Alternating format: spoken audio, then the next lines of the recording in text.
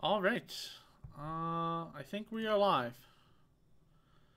I am sorry I was a little late. I actually tried this time to set up the event a little bit differently. So I scheduled an event instead of doing the event now thing on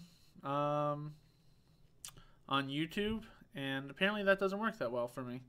So, hello everyone, and welcome to Meeple Leaf Reviews. Here I am doing another interactive vlog where I'll be talking about the games that I've been playing lately, talking about random things that I've been thinking about, things that have been coming to my mind with regards to board games.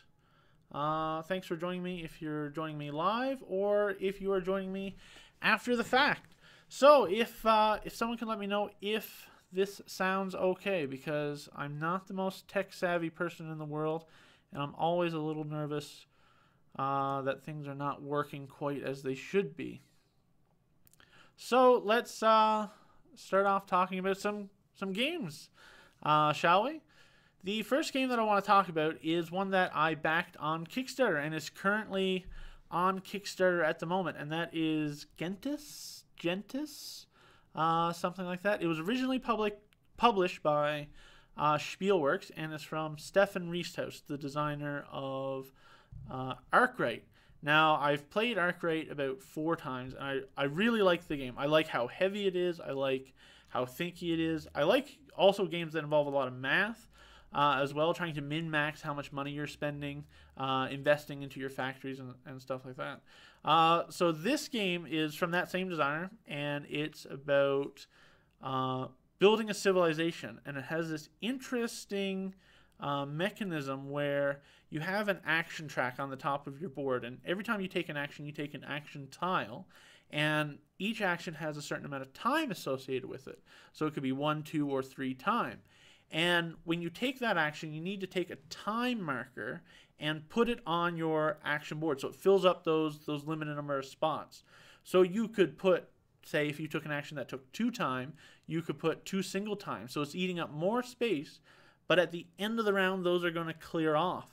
So you have more actions available to you next round. Or you could say put 2 time token in one space, giving you more actions now, but then it's going to take 2 turns for it to clear off. I thought that was a pretty clever mechanism, that push and pull of wanting to do more now versus being able to do a little bit more in the next round. I didn't get a chance to pick up a Spielworxx copy. They're all sold out. But thankfully, Tasty Minstrel Games has done a deluxeified version, which looks really cool. So that's on Kickstarter right now, and it's going to be delivering in November. So I'm looking forward to getting that game.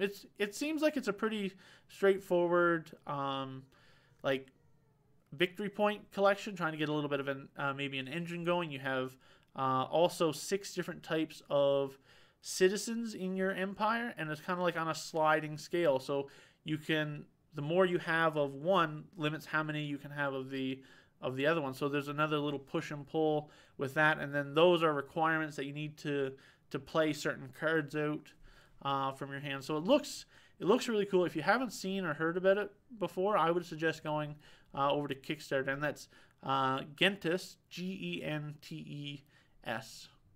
Really cool looking game. Now the another game that I got to play just last night, we played two games of it.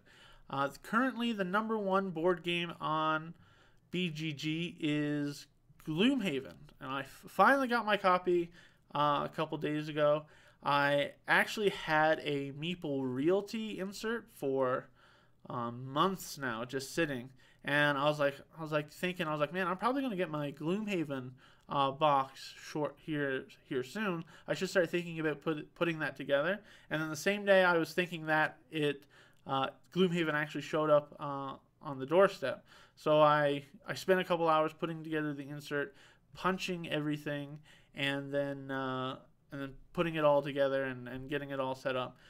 Made it a lot easier to set up the game. There are a lot of cardboard tokens and pieces and things to manage in the game.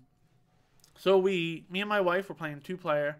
We started a campaign, and the game is a lot harder than what I thought it was going to be.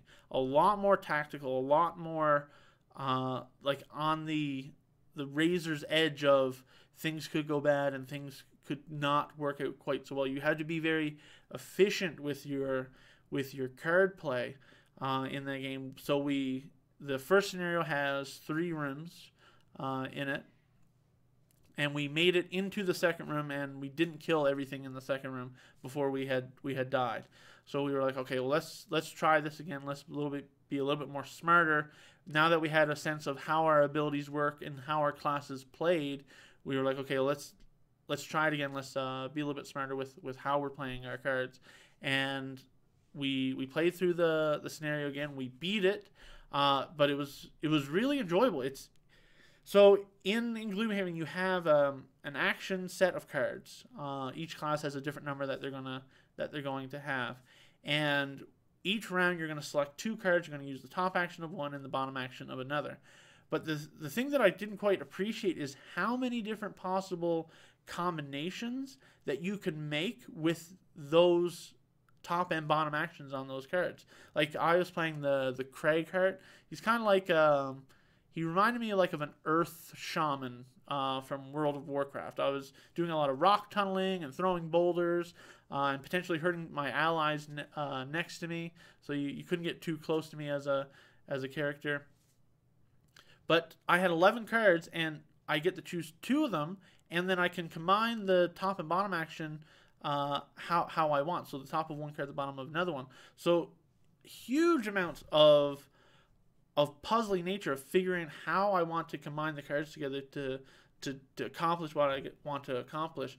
And then once you've selected the 2 cards, then you reveal what the enemies are going to do. So then you know kind of what order everyone's going to operate in. And that's another thing that goes into the 2 cards that you select is the initiative order. So you select one to determine your initiative for the round. So there's all this decision making going in, and it's very tactical. The other thing that I thought about the game too was when you attack a monster. So this is kind of a Gloomhaven is a dungeon crawl Euro style game, and they said there's no dice in the game. And while I would say that's technically true, there is no dice in the game as a component. It has, whenever you attack, an attack modifier deck. So you shuffle that up, and you're going to reveal 1 card. So it could be +0 to your attack, +1 or -1, +2, -2, and then there's a 2 times multiplier, and then there's a no damage card. So it's kind of like a programmable dice, the same way that the token bag for Arkham Horror, the card game, is kind of a programmable dice bag for the game. And the interesting thing too about that is, as your character levels up and you unlock perks for it, that's how you're going to be able to program this essentially combat dice. You're going to be taking out maybe some of the negative cards and putting more positive ones in there. The other thing that I really like about it is it's not as swingy. Like I said, it goes from 0, +1, -1, +2, -2, and then you have 1 0 damage card and 1 double damage card. So you're fairly confident in what in the amounts of damage that you're going to be able to do, and it's not going to be essentially you're going to do 10 damage, you're going to do, or 1 damage. You have a much narrower band, say, than a dice roll. So I thought the game was really cool. So we played it twice. I'm looking forward to hopefully playing it again tonight, actually, and experiencing what the game has to offer, because it also has these unlockable content thing. It has the same thing where you're going back to town, you got all this money, you're buying more gear, leveling up your characters. You're going to be retiring characters as well to unlock new classes. So I think there's a lot of stuff to kind of explore and essentially experience in the game, because it's not like every game is going to be exactly the same. You have a list of scenarios that you go through, and depending on different things that happen, you might get random encounters. So we got a random side encounter that unlocked for us, and when we did, my wife said this reminded her a lot of Skyrim. Like, you do that very first quest and you find this one item that's like the red eagle blade or something, and then that unlocks a side quest for you to go over here and do something over there. So the way that the game is going to evolve with these random encounters and different things, I'm really excited to experience how that is all going to unlock.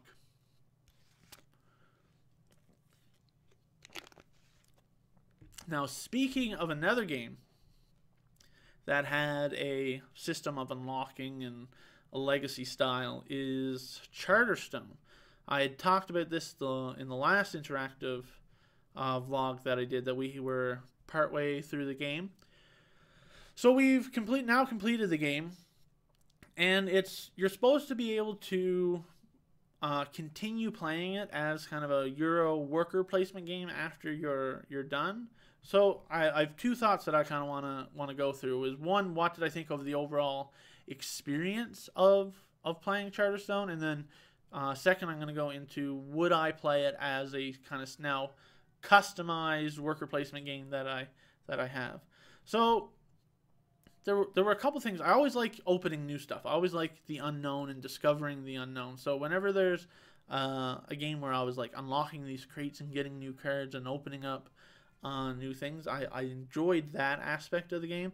I still think that even after all the plays, even towards the later end of the game, I mentioned that it was a light game. I still feel like it was definitely towards the lighter end of the spectrum all the way through, and it was also a game that was, I think, too fast to play. The influence tokens that you start with, 12, once you run out of those, essentially at the beginning of every one of your turns, that's going to be ticking down the progress clock, as well as doing those specific actions to kind of unlock things or build new buildings. Those also tick down the counter. So the things that I liked doing were the things that kind of triggered the end of the game. So I found that the games were over in about a half an hour. I think half hour to 35 minutes was our average play time, which is really fast for the game. So by the time you're getting into it, the game is over, and that's even including the time spent when you open up a crate, looking for the cards that you need to get, getting out the new pieces, and doing all that kind of stuff. So the actual gameplay was quite quick. There were a couple things. I'm not going to spoil anything for the game. There was two things in the game specifically where I was like, this is really cool. And I had hoped especially for one of them, I had hoped that more of that would have continued throughout the campaign, but unfortunately it didn't. But when it did, I was like, oh man, that's a really cool idea. I never had considered a game doing that in that kind of legacy style aspect. But would I now, after completing Charterstone, would I now continue to play it as a Euro game? I don't think so. I mean, the aspects of the game that I enjoyed, that unlocking, those opportunities are eventually going to run out, and then it's just going to be a very simple worker placement style game. And although it would be customized, that I built the board, that doesn't really hold much appeal to me. I'd much rather have a good game than something that I felt was just customized by me, because maybe I'm not the best at customizing a kind of action board game. The game does come with double-sided board, so you can get a recharge pack for Charterstone to play through the campaign again. And I've been thinking, would I play through it again? My wife said she would like to, because when we started the campaign, she was kind of not unlocking a bunch of stuff, so she felt like she missed out on some of the unique bonuses you get when you unlock things for the first time. You might get like a different bonuses. I won't go into what they were, but she said she would do things differently and would like to play through it again. Whereas one thing that I think is a downside of a legacy game like that is you don't have the opportunity to do things differently. You can't really learn from your mistakes because that opportunity has passed.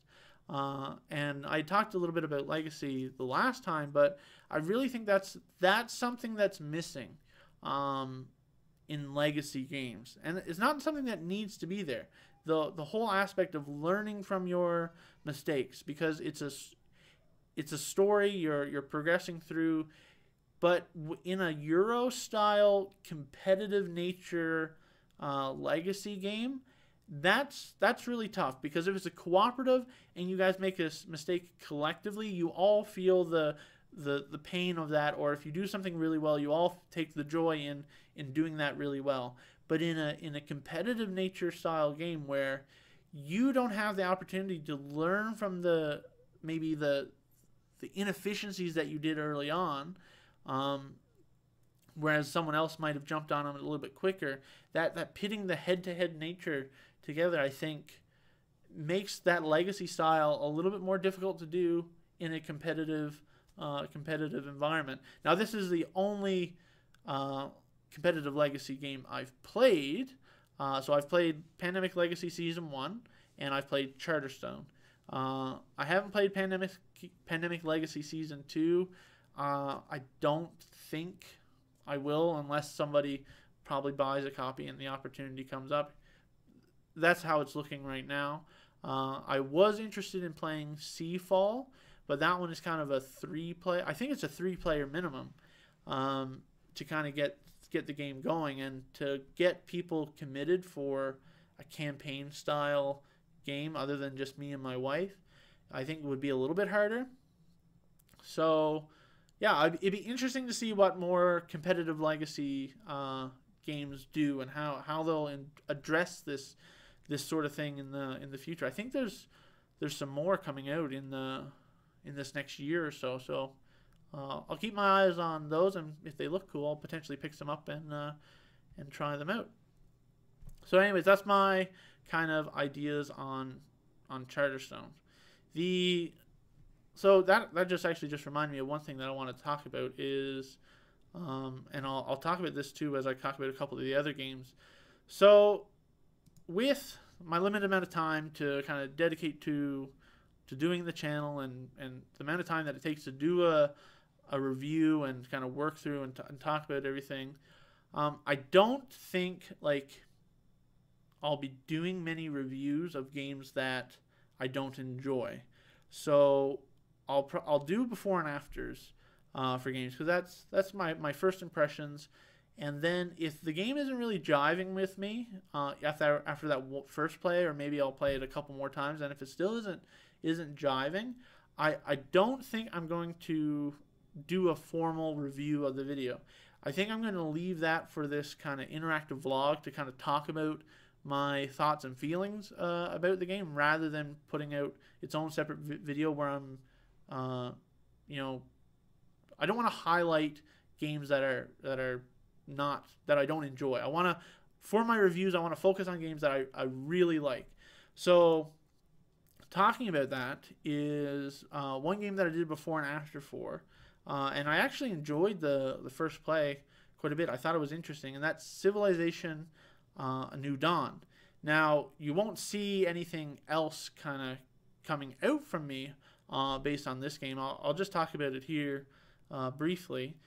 So, played it the first time. I thought it was enjoyable. I was looking forward to playing again. So, we got it to the table the second time. And after the play, I was like, okay, I think I've kind of seen what this game is doing. And I felt I was done with it. I think, now this is the thought that was going through my mind was, is the game too streamlined? Has it been streamlined to the point where it removes the meat of the game? Is it just too lean? I talked about Alien Artifacts before too, another game that I played that I felt like it was streamlined to the point where you lose gameplay. And I think there's kind of a threshold. Once you kind of make a game that's supposed to be a certain level of complexity, or have a certain amount of options, once you once you hit that certain point, I think you got to stop streamlining it away. So, for instance, let's take like Onitama or Santorini or Shot and Totten. These small two-player games, very streamlined play, and I think those sorts of games benefit from being extremely well streamlined. They play fast. They pit head to head. There's strong strategic and tactical decisions that go into what you're doing, and having it streamlined just allow you to focus on those decisions even more. But I think once you get to a game that's supposed to be a complexity level or have a certain weight of alien artifacts or Civilization: A New Dawn, I think when you start streamlining that to the same degree, I think you just lose. I think you just lose interesting decisions in the gameplay because it's so streamlined. You can easily see what it is that you're supposed to be doing or what the best possible move is, and especially when it's like you're playing your own board, you're not worrying about it's not about reacting so much to what other players do, like in those two-player head-to-head games. So it's not a whole lot of randomness from other people's actions coming into it. So when it's so streamlined that you can just see what the best move for yourself is, there's not a whole lot of decision making going on there, and there's not a whole lot of discovery that you can kind of delve into and experience with the game. So I think for me, once you get that kind of level of complexity in a game, or that kind of weight or components, or I don't know how to really word that, like it's a bigger box style game. Once you get to that level, I think you kind of need to not streamline things or make things as apparent to get a richer gameplay experience. So as a result of that, after playing Civilization the second time, I put it to my to trade pile. So I'm not going to be playing that anymore or doing any reviews of that one.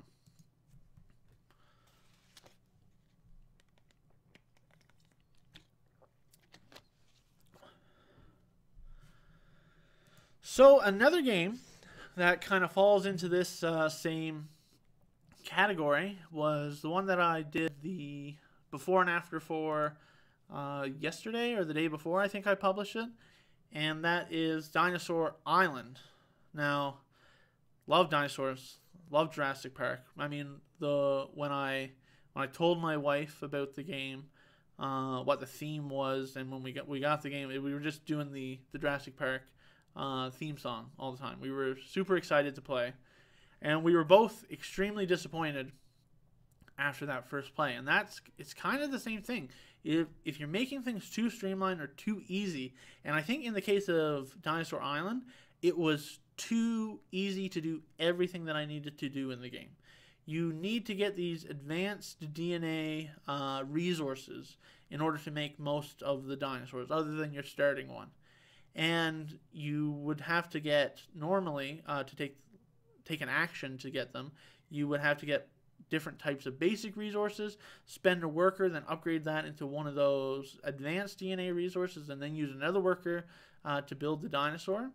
But there, in the market action, you can just buy up to 2 or up to 4 potentially advanced DNA markers. And it just made it too easy to get those dinosaurs out, because you need to get those dinosaurs out. There's not much point to build the attractions or all this other stuff, because you need those dinosaurs to generate the excitement so you get more people coming to your park. Because if you build all these attractions, you're only going to get a number of people equal to the excitement generated by the dinosaurs that you have. So it kind of encourage you to take the shortcut action to get through, to get the dinosaurs that you wanted in this game. And it just made it so easy. I never felt strapped for any kind of resource during the game. I mean, it was only 4 rounds, and that we played the long version of the game as well. So we played the long version of the game, like I mentioned in the video, long version in 44 minutes as our first game. And that's again, it's too easy to do something. I want some difficulty in my game. I want some difficult choices. I want to feel like I have to, sacrifice what I have in my right hand to take what's in my left hand. If I can just do everything that I want, then I don't really like that aspect of games. The other thing in Dinosaur Island that I was not a huge fan of and didn't think I would be a huge fan of is that whole visitor bag. You're drawing patrons or potentially hooligans from the bag. And if hooligans get drawn, then you don't earn any money for them going to your park, and you don't get any victory points for them being in your park. And if your dinosaurs break out, well, they're hooligans. They can evade the dinosaurs. So you're going to lose your patrons before you lose them. And, I mean, it was an extremely tight game. It came down to a tiebreaker of 3 coins was the difference.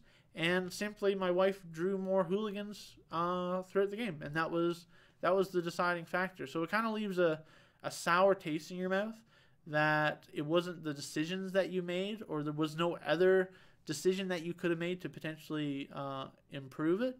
Like there are some mitigating tiles or specialists that you could buy, but because the game was so short, only one of them ever came up, and I got it.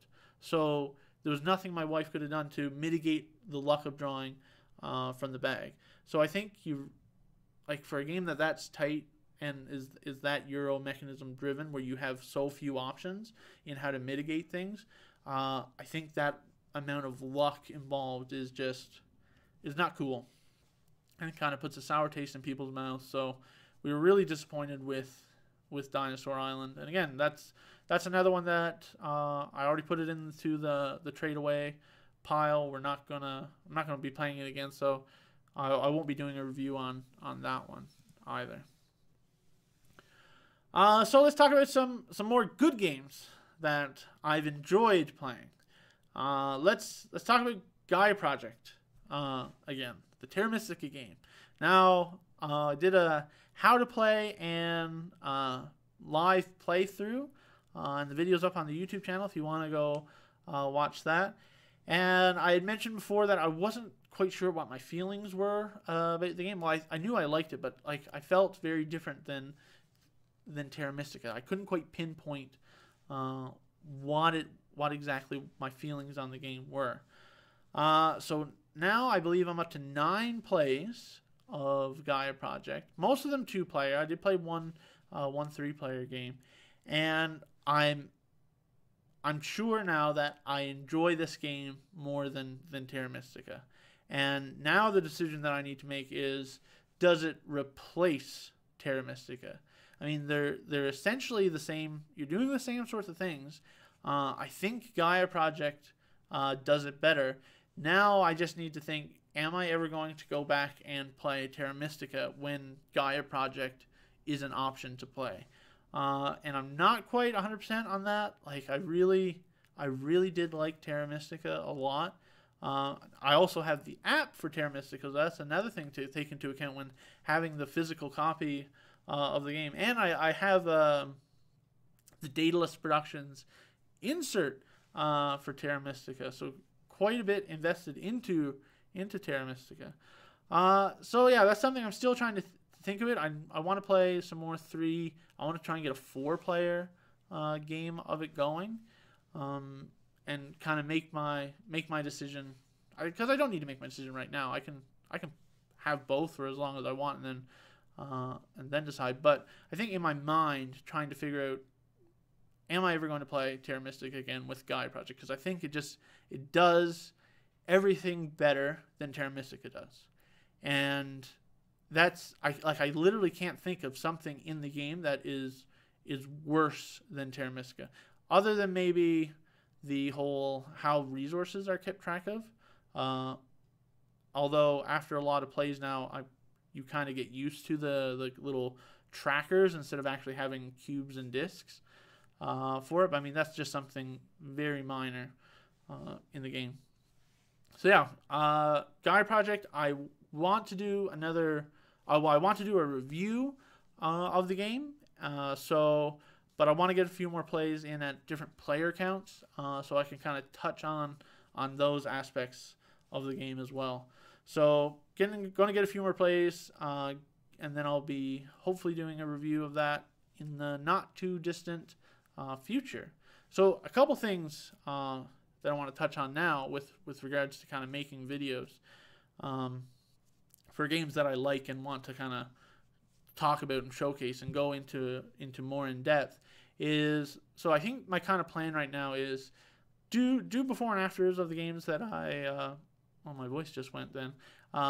Do before and afters for the games that I get, and then if I enjoy them and continue playing them, then I want to do a how to play / playthrough of the game on YouTube. So then you can kind of see the game in action, see how to play, kind of see the decisions that go into the game, because I talked about before, like a lot, how the decisions that go into the game is what interests me. So kind of being able to play through a game so that you can see the decisions will kind of, I think, help showcase and highlight and allow me to better talk through the game. And then after that, do a review. So I can get essentially 3 videos out of a game, and you can kind of see my progression on how I feel about a game, going from before I've ever played it, my first impressions, my thoughts while playing the game,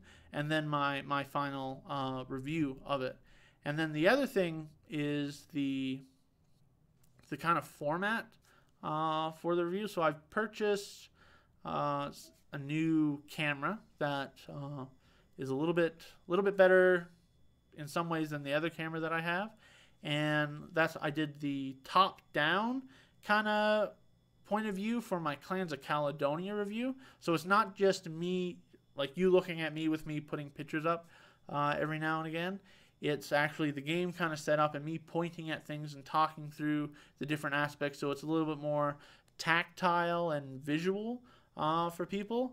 So if you want to let me know if you liked that kind of format for the review over the other way that I was doing it, just let me know. I'd like to get some feedback on what people think for that regard.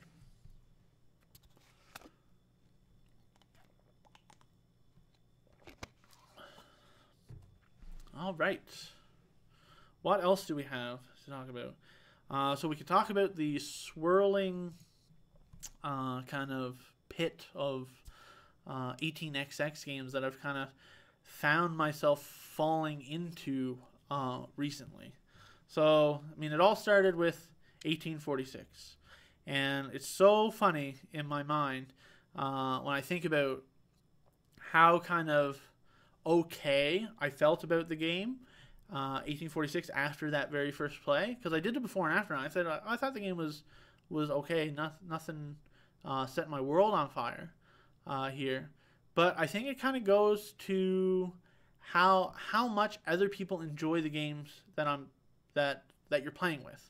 So when people are really liking something, it tends to make me have a better enjoyment of the game as well. It keeps things positive, keeps you looking at the positive in games, and you just have a better attitude while playing. So I played this with Joe, who did the Gaia Project live stream with me, and I played it with David, who did the Clans of Caledonia playthrough with me. And we were all kind of like, okay, well let's try it again and see.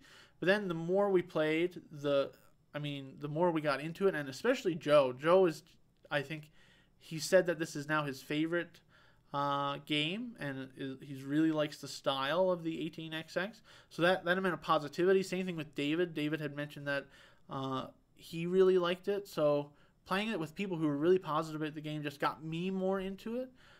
Plus thinking about things to try, different levers I can pull in the game when I'm playing. I like thinking about game outside of playing it. So I've played 1846 5 times now. We also did a playthrough on YouTube, and so I was like, okay, I want to maybe delve a little bit more into this 18xx system. And Tony Fryer, the previous host of Heavy Cardboard, and he also is on their streams from time to time, especially the 18xx games. So Tony Fryer, I asked him for some recommendations on what 18xx games he enjoyed, what ones he thought I should get next. And he mentioned 1889, which is set in Japan, and 1867, which is set in Canada. So, being Canadian, I like the idea of that. So I bought these games from All Aboard Games, and they've arrived. I actually got to play 1889 already, and I'll go a little bit more into that, the specifics of that play, because I think there's some interesting things I want to talk about there.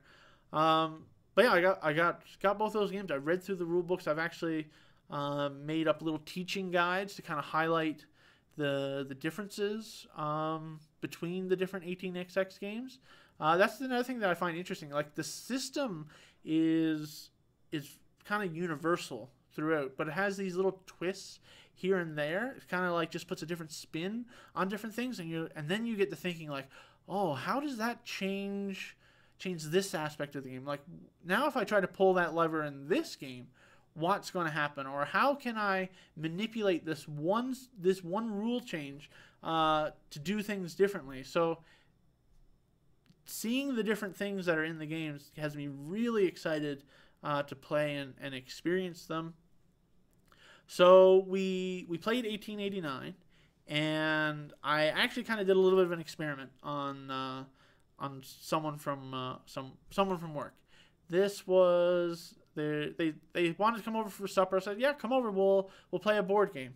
And they hadn't really ever played a modern style board game before, like maybe Sorry or something like that. Like, it's been so long.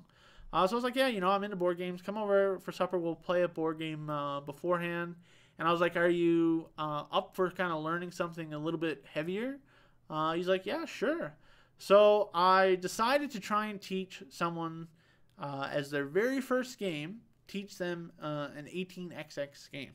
And so I had just gotten 1889, and me and Joe were here, and Daryl, this is my friend from work, and we sat down and we taught him the game, and we played it, and he loved it.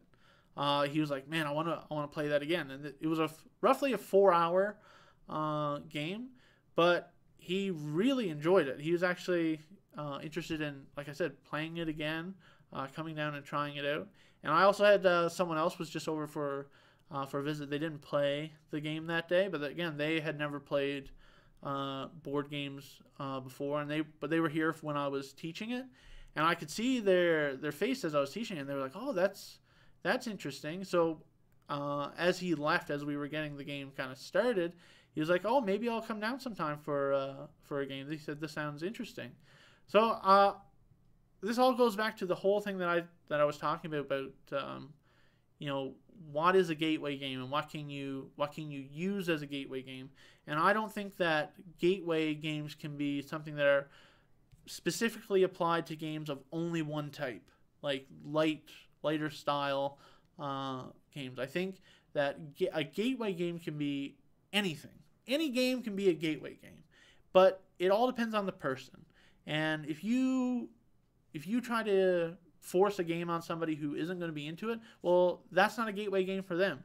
Like when I had people over a couple weekends ago, and we had I'd never played with one of the guys before, and I was trying to get a gauge of where he was at, and I was like, okay, he wouldn't like the heavier style Euro game. So for him, trying to get him into something heavy, that wouldn't be a good gateway game for him. But when I had Daryl over, I knew he liked kind of the idea of stocks and managing money and trying to get more money than everyone else. So like 1889 was, I think, a good gateway game for him. So any game, I think, can be a gateway game. It just depends on the person who you're introducing it to. It isn't such a narrow thing that it only has to be light filler entry level style games. I think it can be anything. It just depends on the person. But I mean, you're more likely going to have more success with those probably lighter style games. But again, like I mentioned before, if some of those lighter style games were what introduced me into the hobby, maybe I wouldn't have been as taken with it as what I was. Agricola was my, say, gateway game into modern board gaming, and if I had played something different, who knows? That might not have been enough of a hook to get me. But the decision making and how tough it was to feed your people in Agricola, that really drew me to the game. And too, I wonder how much of why you're introduced to affects kind of the progression of your interest in board games. Like, if because I was introduced to something probably on a little bit of the heavier side, did that automatically make me more prone to like heavier games? If I was introduced into lighter games, would that kind of be my thing? If abstracts were kind of what introduced it to me, would I be, you know, a huge abstract gamer, or party games? Would that be all I play? Like, I wonder how much of what you're first introduced to affects what you like, and how you what you seek out with games. Same thing with the 18X X game. I actually can't even remember why I picked up 1846. I think it was just, you know, there's this genre, or this class of games that I've never experienced before.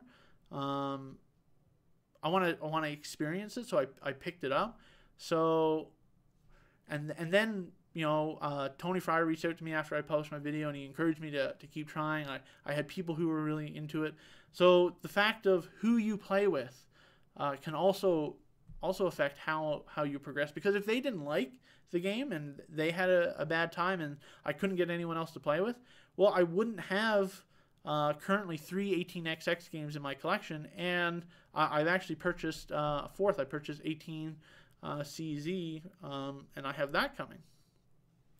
Joel Oakley said, Agricola was my third modern board game I played. Definitely the game that secured my interest in the gaming. Yeah, it was for me, for sure. Like, I mean, before that, trying to remember what games I played, I can't even think. Like Trivial Pursuit and stuff like that, here and there. Scrabble, my mom really liked Scrabble, but the first kind of modern board game was Agricola, and I mean, we played the heck out of it. And then Dungeon Lords was the next one that I kind of played, and that got again a little bit heavier, a little bit more rules complex. And my wife, the game that I introduced her to was Dungeon Lords, and it's still one of her favorite games today. And she is kind of like me, where she tends towards the heavier side of gaming as well. So, I mean, it'd be interesting to kind of do a survey or something, and kind of see what were kind of people's progressions in games that they played. Kind of go through the first 20 new games that you've played, and see how it progresses. Does it kind of stay pretty constant? Do you get like a sharp curve upwards, downwards? It'd be really interesting to kind of know that information. And maybe as board gaming gets more and more popular, I mean, like, there's quizzes and everything for TV shows and sports and stats and everything like that. So as board games get more popular, seeing some of these statistics, I think would be very interesting as well. So what else do I have here on my list of things to talk about? Yeah. So one thing I wanted to mention, because I'm still, like I mentioned earlier, I'm not really tech savvy. And when I was doing that 1846 live play, the camera that I had just kept pausing during things. So we kept having to reset it, which was really annoying. So I found out afterwards that my computer is not powerful enough to actually stream in 1080p. So when I did the Gaia project playthrough, I had to bump it down to 720. I lose a little bit of the resolution, obviously, but at least it doesn't cut out every 5-10 minutes or so. So now I'm at the point where I'm like, okay, I can do these live playthroughs at 720p. I would really like to get a new computer eventually to kind of do a little bit better. But every single time I try to do something new, I learn something new. Like the very first one that I did was Clans of Caledonia. Found out that the camera that I had freezes or heats up and shuts down. And it shuts off after every 20 minutes. So I was like, okay, I need to get a new camera if I want to do some more live streaming. So I got a new camera, got everything hooked up, and then it kept doing that whole freezing the frame thing. And then I was like, okay, well now my computer is kind of the bottleneck here for doing 1080 80p. So I'm learning a lot of stuff as I go along. It's definitely been interesting, the whole trying to get sound to sound good. I mean, right now I just have a Yeti microphone that I set on the table with like a t-shirt under it, so hopefully the vibrations from hitting the table don't pick up too much on the stream. So eventually I like to get some like lapel mics set up. Plus it's actually interesting. You can almost see behind my head where some cords are hanging down.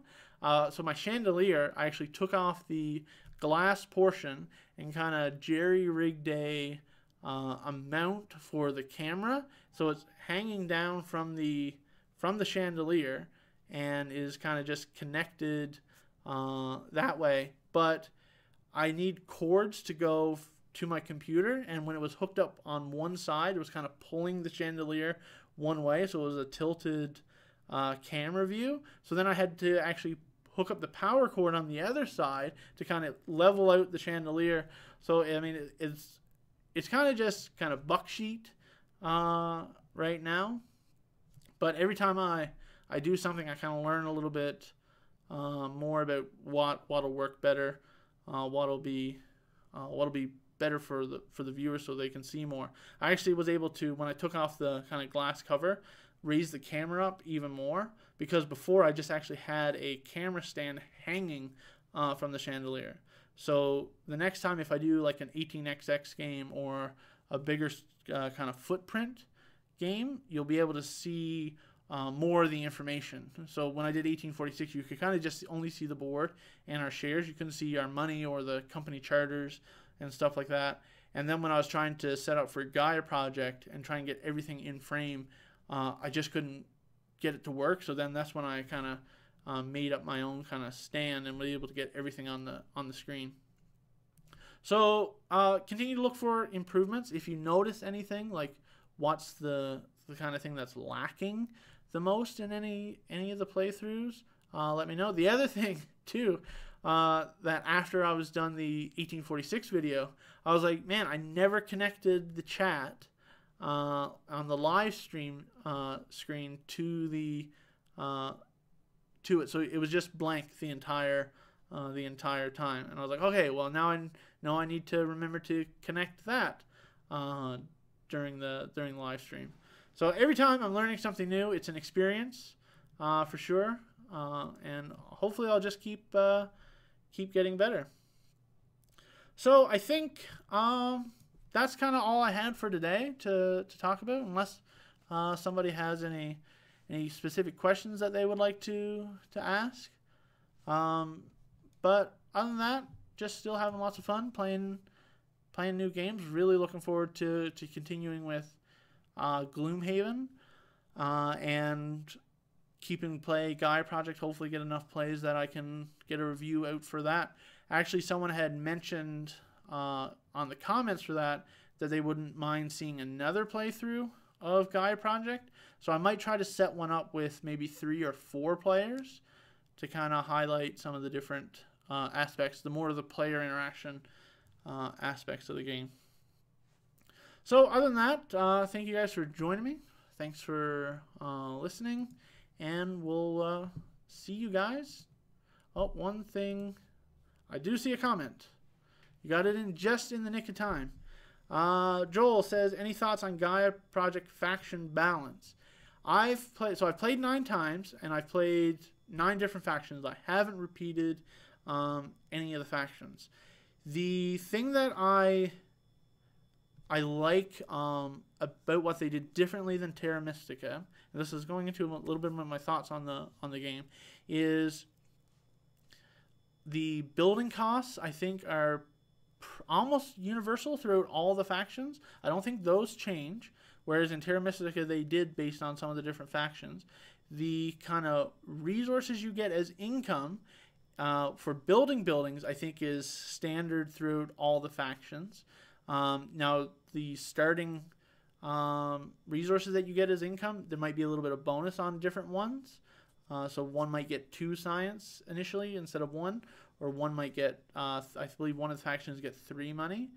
But it kind of distills the differences down into a couple different areas. It distills it down into their faction ability, their Planetary Institute ability, as well as some of them have different bonuses for their academies, scientific academies, or whatever they're called.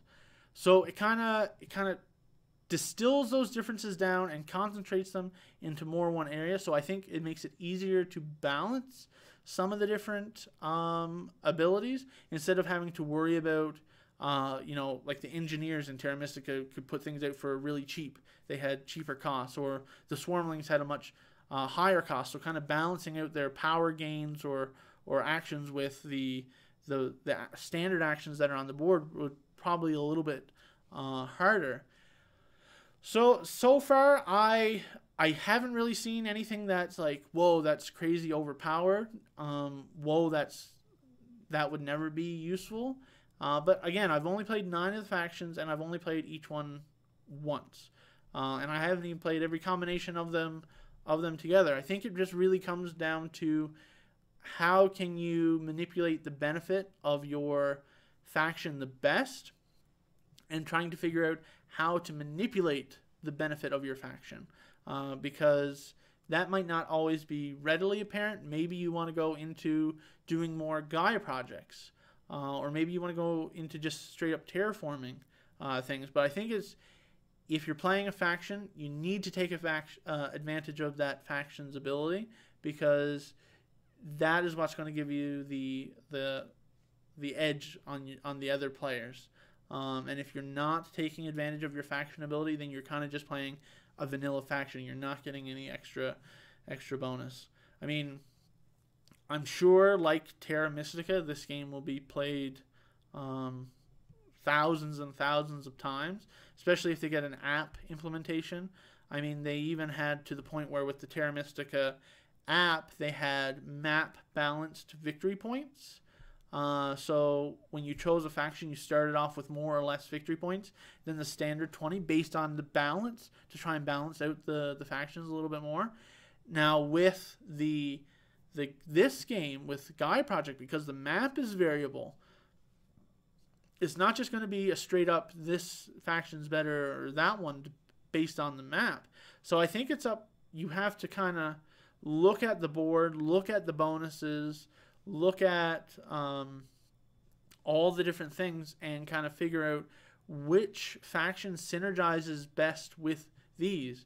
And that's not going to be readily apparent, I don't think. And I think, like I said, taking advantage of how everything is set up and just finding the synergies that work better will be the key to winning. So nothing that strikes me out of the gate as being overly powered or underpowered. I think there's just some abilities that jive more with how I like to play, and some that don't jive as well with how I like to play. So there's been some that I've really enjoyed because I really like the kind of things that it gets me to do, versus other ones.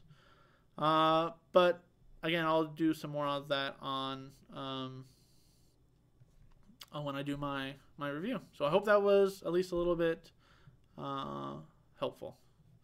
All right, so we'll see you guys next time.